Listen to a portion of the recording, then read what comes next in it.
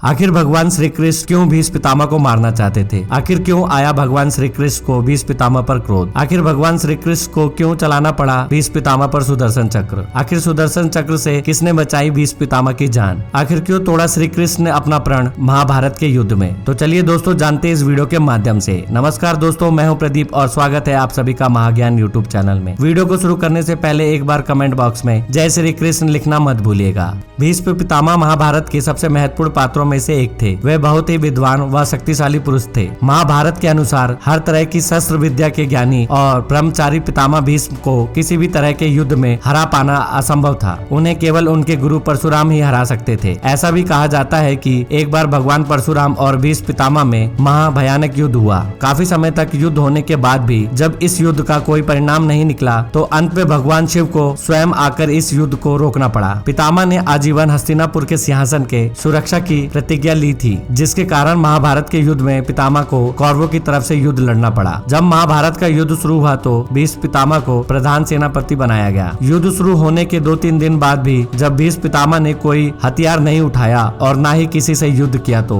दुर्योधन पितामह से कहते हैं कि आप अपनी पूरी शक्ति से युद्ध नहीं लड़ रहे हैं। तब पितामह क्रोधित होकर दुर्योधन को वचन देते हैं कि अब उनके प्रहार से एक भी पांडव नहीं बच पाएगा और न ही उनकी सेना पितामह का सामना कर पाएगी। वचन देने के बाद अगले ही युद्ध में पितामह ने पांडवों की सेना में हाहाकार मचा दिया। एक ही दिनों में उन्होंने पांडवों के लाखों सैनिकों को मार डाला। साथ ही युधिष्ठिर, भीम, नकुल, सहदेव, द्रौपदी के 5 पुत्र और पांडवों का साथ देने वाले कई महारथियों को परास्त कर दिया। पितामह के इस प्रकोप को देखकर पांडवों की सेना रणभूमि छोड़कर भागने लगी। यह सब देखकर श्री कृष्ण बोले कि अगर पितामह को नहीं रोका गया तो वो सभी पांडवों का विनाश कर देंगे। इसी कारण श्री कृष्ण भीष्म पितामह के सामने गए और कहने लगे, पितामह आपने जो वचन दिया है वो गलत इंसान को दिया है और आप जो कर रहे हैं वो बहुत ही गलत है। इससे अच्छा तो आप अपने प्राण खुद ही त्याग देते, वो सबसे बड़ा धर्म होता, मगर आपने ऐसा नहीं किया। भीष्म पितामह क्रोधित होकर कहने लगे कि मेरे वचन के आगे और कुछ नहीं है, मैं अपने वचन को निभाने में सक्षम हूँ। भीष्म पितामह की ऐसी बात सुनकर भगवान श्री कृष्ण क्रोधित होकर रथ से नीचे उतर जाते हैं और भीष्म को कहते हैं कि मैंने जो प्रण लिया था कि मैं युद्ध के वक्त अस्त्र नहीं उठाऊंगा, लगता है अब मुझे अपना यह प्रण तोड़ना पड़ेगा, क्योंकि आप जो इस अधर्मी का साथ देकर अधर्म कर रहे हैं इसके लिए मैं आपका विनाश कर सकता हूँ। आपके प्राण मेरे अधीन है, अगर मैं चाहूँ तो इसी वक्त आपका वध कर सकता हूँ। यह संसार मैं हूँ, मैं ही ब्रह्मा हूँ और मैं ही सत्य हूँ। आपने जो यह अधर्म का साथ दिया है इसके लिए मैं आपको अभी समाप्त कर सकता हूँ। भगवान श्री कृष्ण के इस भयंकर रूप को देखकर अर्जुन डर गए और श्री कृष्ण के पैर पकड़कर कहने लगे कि हे माधव, आप तो प्रण लिए थे कि युद्ध के वक्त अस्त्र नहीं उठाएंगे, तो आप ऐसा क्यों करने जा रहे हैं? अगर आप ऐसा करेंगे तो पूरे संसार में मेरी बदनामी होगी। मैं वचन देता हूँ कि